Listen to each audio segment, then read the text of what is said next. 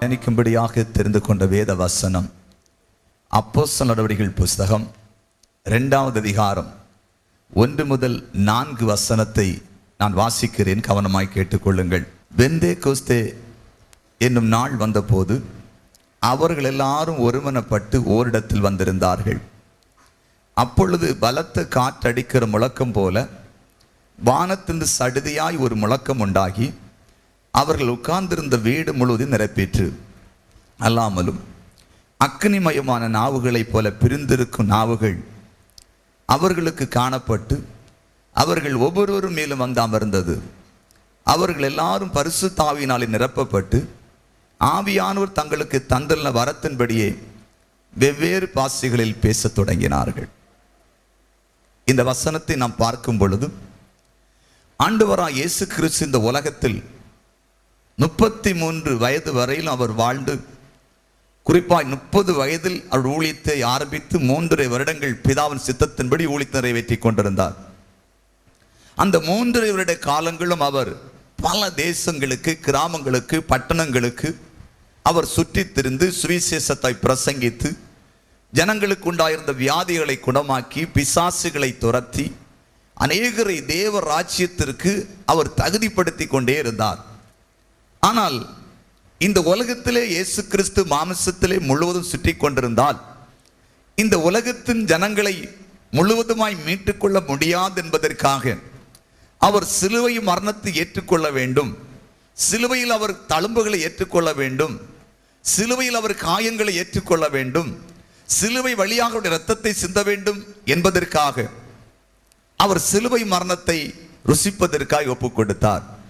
ஆனால் சிலுவையில் மரிப்பதற்கு முன்பாகவே இயேசு சொல்லுகிறார், நான் போகிறேன், நான் என் பிதாவிடத்தில் போகிறேன், நான் போனேனாகில் உங்களுக்காக ஒரு தேற்றரவாளனை நான் அனுப்புவேன் என்று ஆண்டவர் சொன்னார்.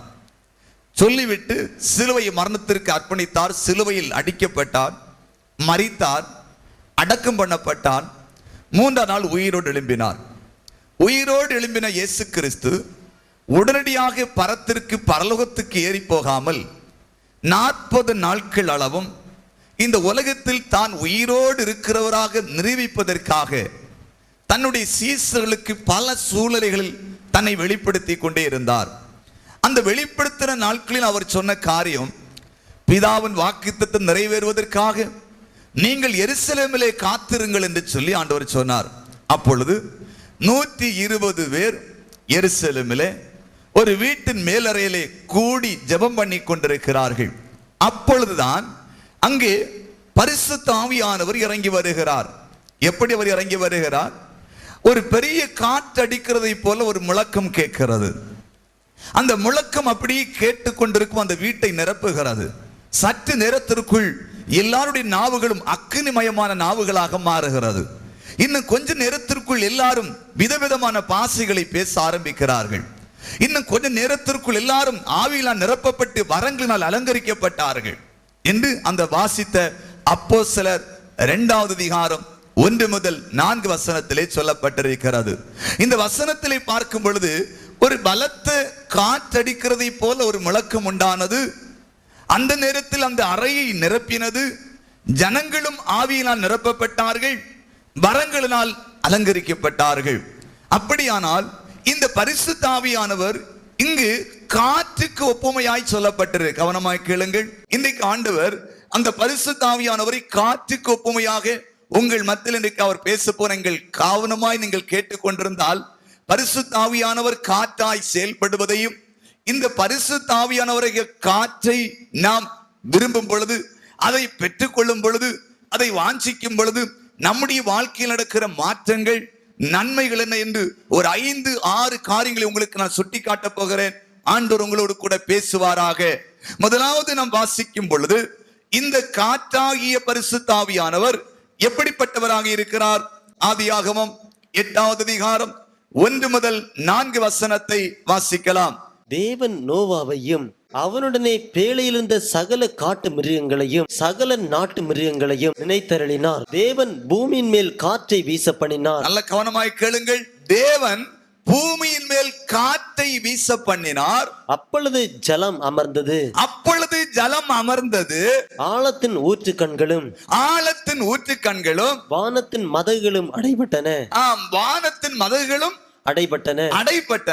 வானத்து மழையும் நின்று போயிற்று. வானத்தின் மழையும் நின்று போயிற்று. ஜலம் பூமியிலிருந்து நாளுக்கு நாள் வற்றி கொண்டே வந்தது. ஜலம் பூமியிலிருந்து நாளுக்கு நாள் வற்றி கொண்டே வந்தது.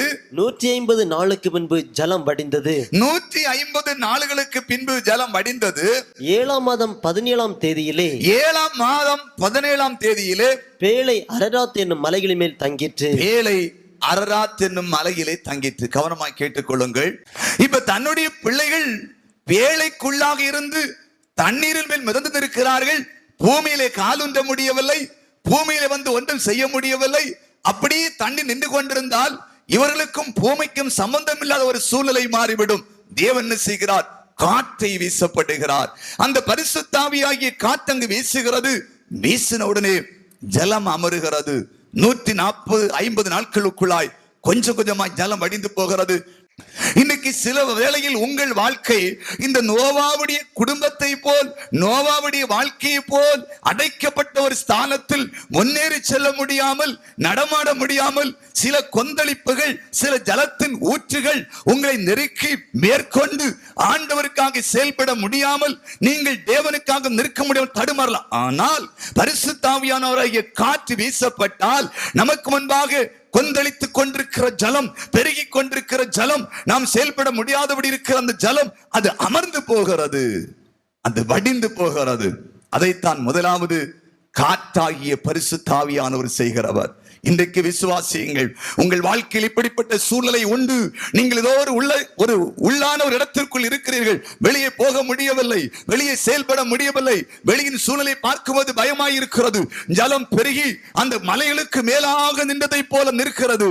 நீங்கள் பயப்படு என்ன செய்ய முடியும், எப்படி மேற்கொள்? ஆனால் என் தேவனோ அவருடைய பரிசுத்த ஆவியின் காற்றை வீசும் பொழுது உங்களுக்கு முன்பாக நிற்கிற அந்த ஜலமாகிய பிரச்சனை, போராட்டங்கள் தானாய் அமர்ந்து தானாய் அது ஒதுங்கி போய் நீங்கள் வெளியே வந்து செயல்படுவதற்கும் உங்கள் மூலமாய் தேசத்தின் நன்மை உண்டாவதற்கும் தேவன் கிரியை நடப்பிப்பார். கரங்களை தட்டி ஆண்டவரை மகிமைப்படுத்த அல்லேலூயா. அப்ப பரிசுத்த ஆவியாகிய காற்று அமர பண்ணுகிறது. அமர பண்ண, ஏன்னா என் ஆண்டவர் காற்றின் கடலையுமே அதட்டினார். இயேசு சொன்னார், இறையாத அமைதலா இரு. ஒரே வார்த்தை. சீசர்கள் முன்னேறி செல்ல முடியாமல் அங்கே கடல் கொந்தளித்துக் கொண்டிருக்கும் போது தேவன் அதட்டினார், அது அமைதியாயிற்று. ஆம், ஆண்டவராகிய தேவன் தன்னுடைய ஆவியை அனுப்பும் பொழுது, காற்றை அனுப்பும் பொழுது எப்படிப்பட்ட கொந்தளிக்கிற ஜலமும் பெருகி ஓடுகிற ஜலமும் அது அப்படியே அமர்ந்து வற்றி போகும்.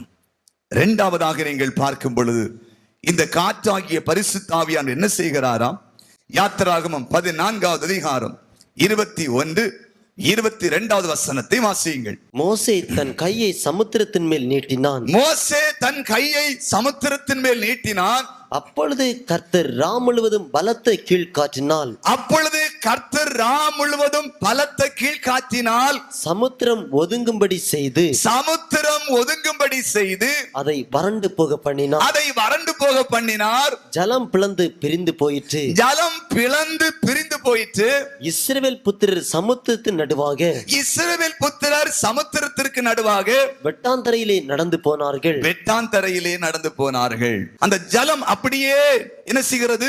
பிரிந்து மேலே நின்று கொண்டிருந்தது. அதே போல இங்கே பாருங்கள், அந்த வழி தடைகள் என்ன செய்கிறது? அழகாக அந்த உடைக்கப்பட்ட அந்த காற்றினால் அந்த இடம் அப்படி காய்ந்து போய் ஒரு ரோடு மாதிரி அங்கே ஆகிவிடுது. அப்ப அந்த பரிசுத்த ஆவியுடைய வல்லமை நமக்கு முன்பாக இருக்கிற தடைகளை உடைத்தெறிந்து நமக்கு முன்பாக அந்த தடைகளை மாற்றி நாம் முன்னேறி செல்வதற்கான வழியை உண்டாக்கும். கரங்களை தட்டி ஆண்டு மகிமைப்படுத்த அல்லேலூயா. இன்னைக்கு தடைகளும் நிற்கிறீங்களா? வாழ்க்கையில முன்னேற முடியலையா? வாழ்க்கையில முன்னால செல்ல முடியலையா? அதை நீங்க போராடி கொண்டு இருக்கிறீர்களா? பரிசுத்த ஆவியானவருக்கு நீங்க இடம் கொடுத்து பாருங்க. அந்த ஆவியானவருக்கு நீங்க இடம் கொடுத்து பாருங்க. அந்த ஆவியானவருக்கு நீங்க இடம் கொடுத்தீங்கன்னா உங்களுக்கு இருக்க தடைகள் எருகுவானாலும் சரி, செங்கடலானாலும் சரி, அது ரெண்டாய் பிளக்கும். நீங்கள் அதற்குள் நடந்து போவீர்கள். கரங்களை தட்டி ஆண்டவரை மகிமைப்படுத்த அல்லேலூயா. ஒரு மனிதனால் மட்டும் எதையும் சாதித்து விட முடியாது. ஒரு மனிதனுடைய பலத்தால் மட்டும் சாதித்து விட முடியாது. பரிசுத்த ஆவியினால் எல்லாம் கூடும். ஒரு மனிதன் பரிசுத்த ஆவியின் இடம் கொடுத்து விட்டால் அவனுக்கு முன்பாக தேவன் செயல்படும் போது வியாபாரத்திலே, தொழிலே, ஊழியத்திலே வழிகள் திறக்கப்பட்டே இருக்கும். கரங்களை தட்டி ஆண்டு மையப்படுத்துவோம். அல்லேலூயா. மூன்றாவதாக என்ன நடைபெறுகிறது பாருங்கள். இந்த காற்று என்ன எதை செய்கிறது? யோபு 40:6-7 வசனத்தை வாசிக்கலாம். அப்பொழுது கர்த்தர் பெருங்காற்றில் இருந்து யோபுவுக்கு உத்தரவு அருளினார். இப்போதும் புருஷனை போல நீ அறை கட்டிக்கொள். இப்ப என்ன சொல்றாரு? உத்தரவு பேசுறாரு. நீ இப்பொழுது புருஷனை போல உன் அறையை கட்டிக்கொள். நான் உன்னை கேட்பேன். நீ எனக்கு உத்தரவு சொல்லு. இப்ப ஆண்டவர் சொல்றாரு, காற்றுல இருந்து பேசுறாரு. அப்ப இந்த வேதம் என்ன சொல்லுகிறது? காற்றுக்குள்ள இருந்து ஆண்டவர் பேசுகிறார். யோபுட்ட பிரயத்தனமா. அப்ப என்ன காற்று? பரிசுத்த ஆவியானவருடைய காற்று என்னது? தேவன் பேசுகிற காற்று. அதான் தேவன் பேசுகிற பரிசுத்த ஆவி. கரங்களை தட்டி ஆண்டவர் மகிமைப்படுத்தும். அல்லேலூயா. அப்போ காற்றாகிய பரிசுத்த ஆவியானவர் பேசுவார். அங்கிருந்து குரல் கேட்கும். சிதனிக்கிறதுன்னா யாராவது நம்ம உட்கார்ந்து இருக்க ஜெபம் பண்ணும்போது வந்து ஆண்டவர் தட்டி, டேய் நல்லா இருக்கிறியாடா, தம்பி நல்லா இருக்கிறியா, அண்ணாச்சி நல்லா இருக்கிறீங்களா, கேட்கிறவர் தான். நான் தப்பு சொல்லல. நேர வந்தா கரத்தை பிடித்த நாட்கள்ல ஒரு அன்பு சகோதரி வல்லமை முகாமில் கலந்து கொண்டிருந்தாங்க. அப்போ அவர்கள் கடைசியில ஒப்பு கொடுத்து ஜெபிக்க வைக்கும் போது எல்லாரும் மாதிரி முன்னே ஜெபம் பண்ணியிருக்காங்க. கடைசியில ஆண்டவர் தொடப்பட்டவங்க, சுகமாக்கப்பட்டவங்க, ஆவியில் நிரப்பப்பட்டவங்க முன்னால சாட்சி சொல்ல வாருங்கன்னு சொல்லும்போது நிறைய பேர் வந்தாங்க. ஆனா அந்த சகோதரியோடும் கர்த்தர் இடைப்பட்டார். நம்முடைய மினிஸ்ட்ரி எப்படி இருக்கும், ஊழியத்தின் எதிர்காலம் எப்படி இருக்கும், வளர்ச்சி எப்படி இருக்கும், அவங்கள கர்த்தர் தெரிஞ்சோட எல்லாம் கர்த்தர் பேசினார். இவங்க என்ன பண்ணாங்க? பேசிக்கிற அப்புறம் ஆவியானவர் என்ன பேசினாருன்னா, உள்ளத்துல நீ போய் சாட்சி சொல்லு. ஆனா இப்ப இவங்களும் மேடைக்கு வருவதற்கு பயப்பட்டு அங்கேயே நிக்கிறாங்க. அப்ப ஒரு காட்சி பாருங்க. 2 தடவை சொன்னார் ஆவியானவர் போன்னு. இங்க போத்தோன்னா இந்த மேடையில இயேசு நிக்கிறார். நல்லா கவனமா நடந்த சம்பவம். இங்க இருந்து ஆண்டு நரங்கி இப்படி இந்த ஸ்டெப் ஓடி போய் இவங்க இதுல நிக்கிறாங்க. கையை பிடிச்சாரம்பா வந்து மேடை சாட்சி சொன்னார். அதுக்கப்புறம் ஓடி வந்து மேடை சாட்சி சொன்னாங்க. ஆவியானவர் பேசினார், நான் போகாம நின்னேன். அப்புறம் ஆண்டவர் இறங்கி வந்து கையை பிடிச்சு என்ன விட்டா, நான் அப்புறம் எப்படி வராம இருக்க முடியும்? கரங்களை தட்டி ஆண்டவர் மகிமைப்படுத்தல். அல்லேலூயா. பிடிக்கிறவர் தான், தொடுகிறவர் தான், தட்டுகிறவர் தான். அவர் கரத்தை வைக்கிறார். அன்னை கரம் வச்சு 2000 வருஷமா கரம் வச்சு இன்னைக்கு வைக்கிறார். இன்னைக்கு இயேசு கை வைப்பார்.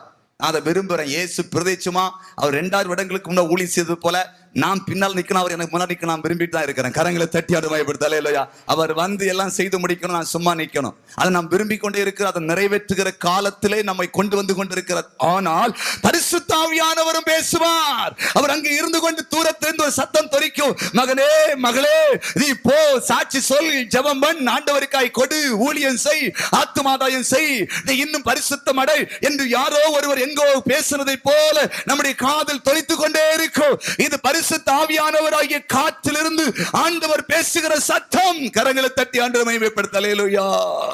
இந்த கடைசி நாட்கள் ஆண்டவர் விரும்புகிறார். ஒரு குறிப்பிட்ட காலகட்டத்தில் கிறிஸ்தவர்கள் எங்கு போனால் பேசுவார், குறி சொல்ல, நாள் பார்க்க, மந்திரவாதிகளிடத்தில் போய்கொண்டால் இந்த கடைசி காலகட்டத்தில் என் ஆண்டவர் பேசுகிற குரலை கேட்டு நடக்க வேண்டும் என்று என் தேவன் விரும்புகிறார். அது நம்முடைய தலைமுறையில் நடக்க போகிறது.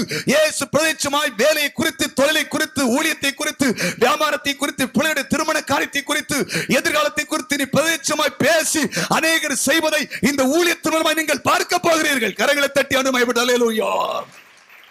ஏனென்றால் என் ஆண்டவர் ஜீவிக்கிறவர், என் இயேசு ஜீவிக்கிறவராய் இருக்கிறார். அவர் மரித்து போனவர் தெய்வம் அல்ல, மரித்தும் உயிர்த்தெழுந்து ஜீவிக்கிறவராய் இருக்கிறவரால் அவர் பேசுவதற்கு போதுமானவர். அவர் பேசுவார். வேதம் சொல்லுகிறது பரிசுத்த ஆவியானவராகிய காற்றின் மூலம் பேசுகிறார். அவர் பேசுவார். பேசுவதற்கு பிரியப்படும். கர்த்தர் பேசிட்டார்னா நம்ம அவருடைய சித்தம் செய்துட்டு தானே இருப்போம். அப்படிதானே? இன்னைக்கு ஏன் அநேகர் தேவ சித்தம் நம்ம செய்யாம நம்ம தயங்குறோம்? ஏன் நம்முடைய திருமண காரியத்துல, இன்னும் குடும்ப காரியத்துல நம்ம கலங்குறோம்? இன்னும் சரியா நம்ம ஆண்டுகிட்ட பேசுறதுக்கு நாம் கற்றுக்கொள்ளல. கர்த்தர் பேசிட்டாருன்னா நாம் பிடிச்ச முயலுக்கு 3 காலுன்னு யாருமே நிக்க வேண்டிய அவசியம் இல்லை. கரங்களை தட்டி ஆண்டவரை. அல்லேலூயா. இந்த எதிர்காலம் முழுவதும் தேவன் கொடுக்கிற ஒரு ஆசீர்வாதத்தின் பாதையில் இருக்கும் நீங்கள் தெளிவாக புரிந்து கொள்ளுங்கள். ஆகையால் கர்த்தர் பேசுவார்.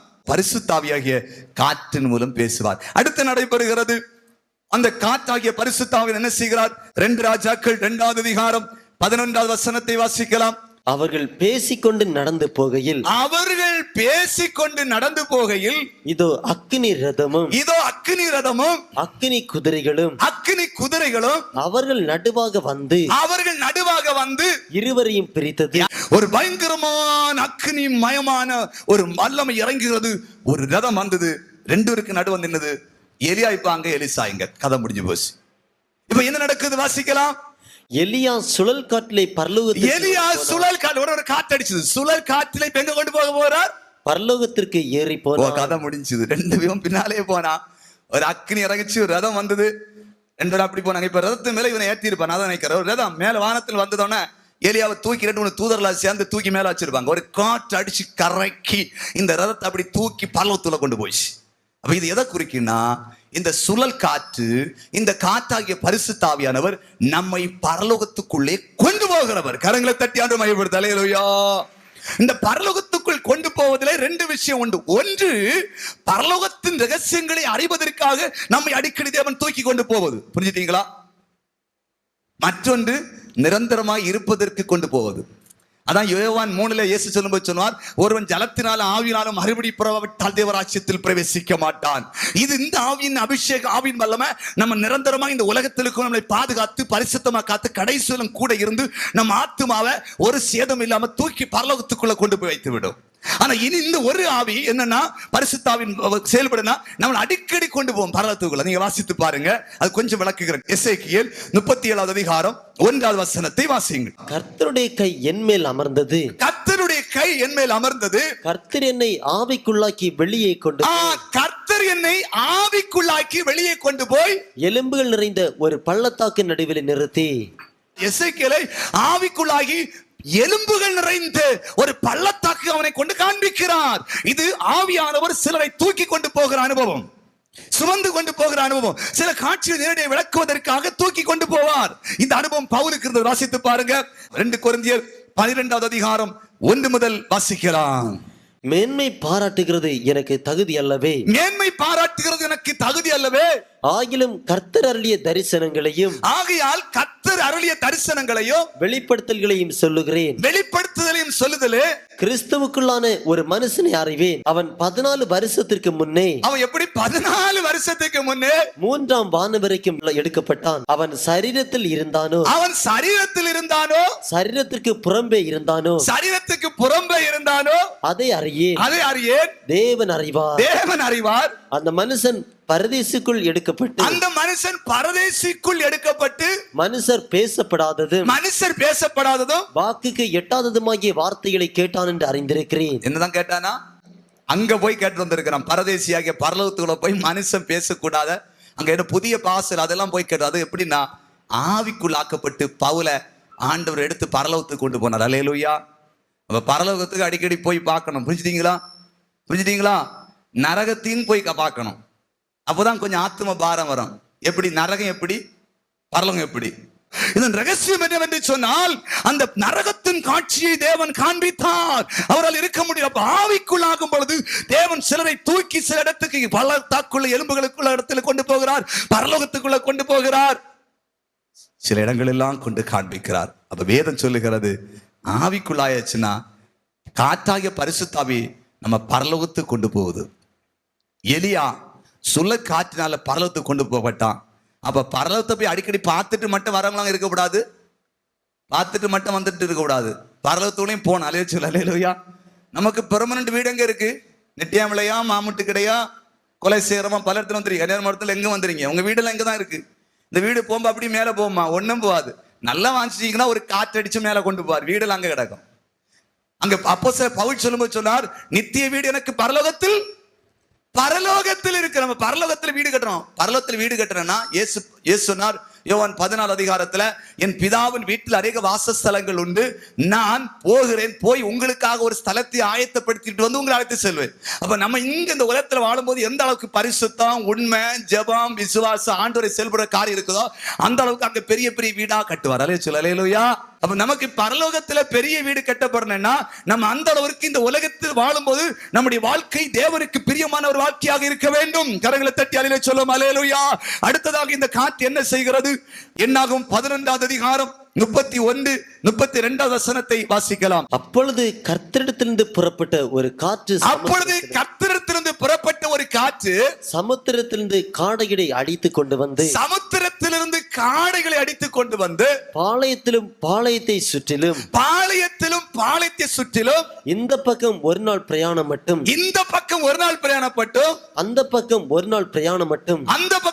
பிரயாணம் மட்டும் தரையின் மேல் 2 முழ உயரம் விழுந்து கிடக்க செய்தது. நல்லா கேட்டீங்களா?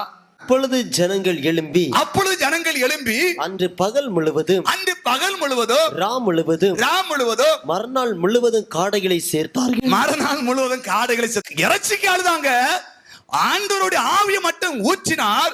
எங்க இருந்த காடையெல்லாம் பிஸ் பிஸ் பிஸ் வந்து இங்கண்டு ஒரு 27 கிலோமீட்டர், இங்கண்டு ஒரு 27 கிலோமீட்டர், இங்க 2 மணி எப்படி இருந்தது பாக்குறதுக்கு?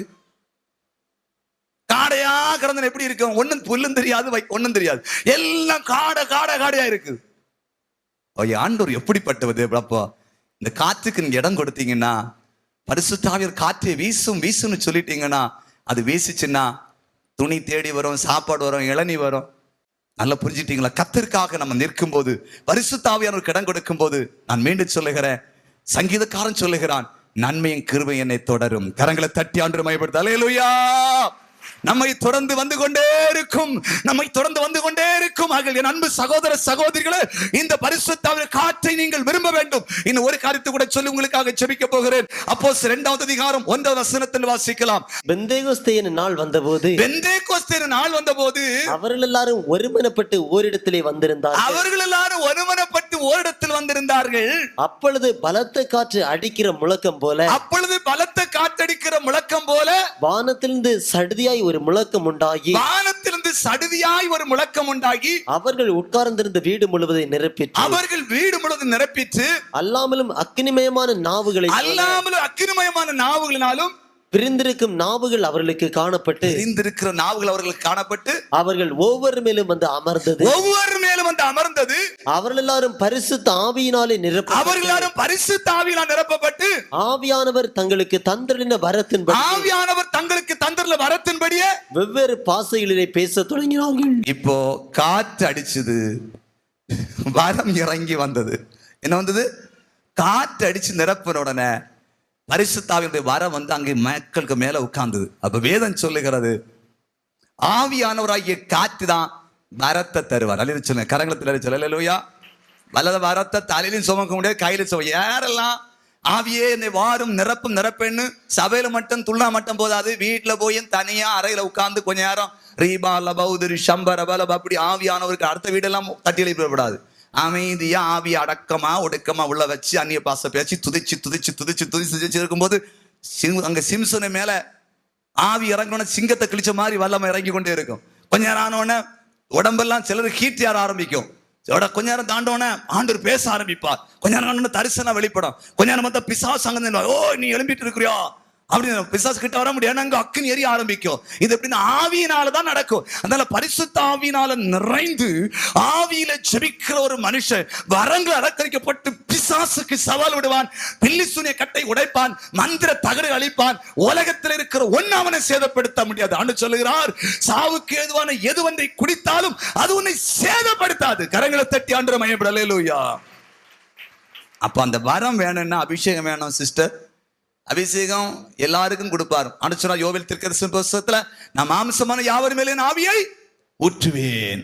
வாலிபர்கள் மூப்பர்கள் எல்லாரும் செய்வார்கள், தரிசனங்களை காண்பார்கள், சொப்பனங்களை காண்பார்கள், தீர்க்க தரிசனம் உரைப்பார்கள். இளைஞர்களுக்கு மட்டுமல்ல, ஏதோ கொஞ்சம் பேரு வேலை இல்லாம வீடுகளுக்கு ஜெபம் பண்ணிட்டு திரிகிறாங்களே அவங்களுக்கு மட்டும் நினைக்க அவங்க வேலை இல்லை, வெட்டி இல்லை, அதனால ஏதோ அந்நிய பாஷை பேசுறாங்க, துதிக்கிறாங்க, பைபிளும் கைமா ரோட்ல திரியுங்க. இல்லை, எல்லா மனிதனுக்கு அது உரியது, எல்லா சபைக்கும் அது உரியது, எல்லா வயதுக்குள்ள உரியது, எவ்வளவு பெரிய அதிகாரிக்கும் உரியது, படித்தவர்களுக்கு உரியது, அழகுள்ளவருக்கு உரியது, அழகில்லாதவருக்கு உரியது. பரிசுத்த ஆவியின் வல்லமை, அந்த பரிசுத்த ஆவியின் காற்று எல்லாருக்கும் தேவை. அதை கேட்டு ஒவ்வொரு மனுஷனும் பெற்றுக்கொண்டு வரம் பெற்றவர்கள் இந்த உலகத்தை நீங்கள் கலக்க வேண்டும். தேசத்தில் அசுத்த ஆவிகளை துரத்த வேண்டும். கிராமங்களில் ஆசிரியர் தற்கொலை ஆவிகளை துரத்த வேண்டும். விபச்சாரத்தின் ஆவிகளை துரத்த வேண்டும். வேசித்தனத்தின் ஆவிகளை துரத்த வேண்டும். விக்கிர ஆவிகளை துரத்த வேண்டும். ஜனங்களை கட்டிலிருந்து விடுதலைக்கு சபைகளுக்குள்ளே கொண்டு வர வேண்டும். சும்மா கொண்டு வர முடியாது. பாவத்தின் பிடியில் சாபத்தின் பிடியில் இருக்கிற ஜனங்களை விடுதலைக்கு சும்மா கொண்டு வர முடியாது. ஆவியின் அபிஷேகம் வரமும் வேண்டும். இல்லைன்னா தானே வரமாட்டாங்க. அதுக்கு அந்த ஆவியின் அபிஷேகம், காற்று அபிஷேகம் வேணும். அதை பெற்றுக்கொள்ளுங்க. ஆங்காங்கே கிடக்கிற குடிகாரன், விபச்சாரக்காரர், ரவுடி, துன்மார்க்கன், தேவன் இல்லை என்று சொல்ல அத்தனை பேரும் உங்கள் நிமித்தமாய் சபைக்குள்ள வந்து கர்த்தரை ஆராதிப்பார்கள்.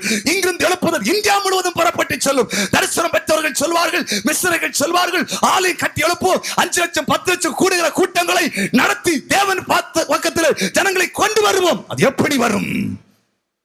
நீங்கள் எழும்ப வேண்டும். அதுக்குதான் கர்த்தர் இப்படி செய்தி உங்களுக்கு கொடுத்து கொண்டிருக்கிறார். இப்போ என் அன்பு சகோதர சகோதரிகளே, ஆண்டவர் இந்தியாவிலே ஒரு பெரிய எழுப்புதலை நம்முடைய சபையை கொண்டு வர வேண்டும் என்று தீர்மானித்து விட்டார். அதனால் அடிக்கடி உங்களோட அவர் கடினமா பேசுகிறார், உங்களை பாரப்படுத்துகிறார், எழுப்புகிறார். வாலிப தம்பி, தங்கச்சி, தகப்பனாரே, தாயாரே, நீங்க சும்மா இருந்தா ஒண்ணு நடக்காது, ஒண்ணு நடக்காது. கர்த்தருக்காக ஒப்பு கொடுத்துருங்க. டாடி, எப்படி என்ன பயன்படுத்துங்கப்பா, என்ன பயன்படுத்துங்க. காற்றே, பரிசுத்த ஆவியானவராகிய காற்றே, நீர் எனக்கு வேணும் அப்பா. ஜல அமர்ந்ததை போல அந்த என்னுடைய பிரச்சனைகள் மாறுவதற்கு முடியும் வல்லமை எனக்கு வேணும். வழியை உண்டாக்குவதற்கான அந்த காற்றாகி அபிஷேகம் எனக்கு வேணும். நீர் பேசுகிற காற்றாகி அபிஷேகம் எனக்கு வேணும். ஆண்டவரே, இன்னும் பரலோகத்துக்கு இளைஞர்களுக்கு மட்டுமல்ல, ஏதோ கொஞ்சம் பேரு வேலை இல்லாம வீடுகளுக்கு ஜெபம் பண்ணிட்டு திரிகிறாங்களே, அவங்களுக்கு மட்டும் இல்ல. அவங்க வேலை இல்ல, வெட்டி இல்ல, அதனால ஏதோ அந்நிய பாஷை பேசுறாங்க, துதிக்கிறாங்க, பைபிளும் கைமா ரோட்ல திரியுங்க. இல்லை, எல்லா மனிதனுக்கு அது உரியது, எல்லா சபைக்கும் அது உரியது, எல்லா வயதுக்குள்ள உரியது, எவ்வளவு பெரிய அதிகாரிக்கும் உரியது, படித்தவர்களுக்கு உரியது, அழகுள்ளவருக்கு உரியது, அழகில்லாதவருக்கு உரியது. பரிசுத்த ஆவியின் வல்லமை, அதன் பரிசுத்த ஆவியின் காற்று எல்லாருக்கும் தேவை. அதை கேட்டு ஒவ்வொரு மனுஷனும் பெற்றுக்கொண்டு மரம் பெற்றவர்கள் இந்த உலகத்தை நீங்கள் கலக்க வேண்டும். தேசத்தில் அசுத்த ஆவிகளை துரத்த வேண்டும். கிராமங்களில் ஆசிரியர் தற்கொலை ஆவிகளை துரத்த வேண்டும். விபச்சாரத்தின் ஆவிகளை துரத்த வேண்டும். வேசித்தனத்தின் ஆவிகளை துரத்த வேண்டும். விக்கிர ஆவிகளை துரத்த வேண்டும். ஜனங்களை கட்டிலிருந்து விடுதலைக்கு சபைகளுக்குள்ளே கொண்டு வர வேண்டும். சும்மா கொண்டு வர முடியாது. பாவத்தின் பிடியில், சாபத்தின் பிடியில் இருக்கிற ஜனங்களை விடுதலைக்கு சும்மா கொண்டு வர முடியாது. ஆவியின் அபிஷேகம் வரமும் வேண்டும். இல்லைன்னா தானே வரமாட்டாங்க. அதுக்கு அந்த ஆவியின் அபிஷேகம், காற்று அபிஷேகம் வேணும். அதை பெற்றுக்கொள்ளுங்க.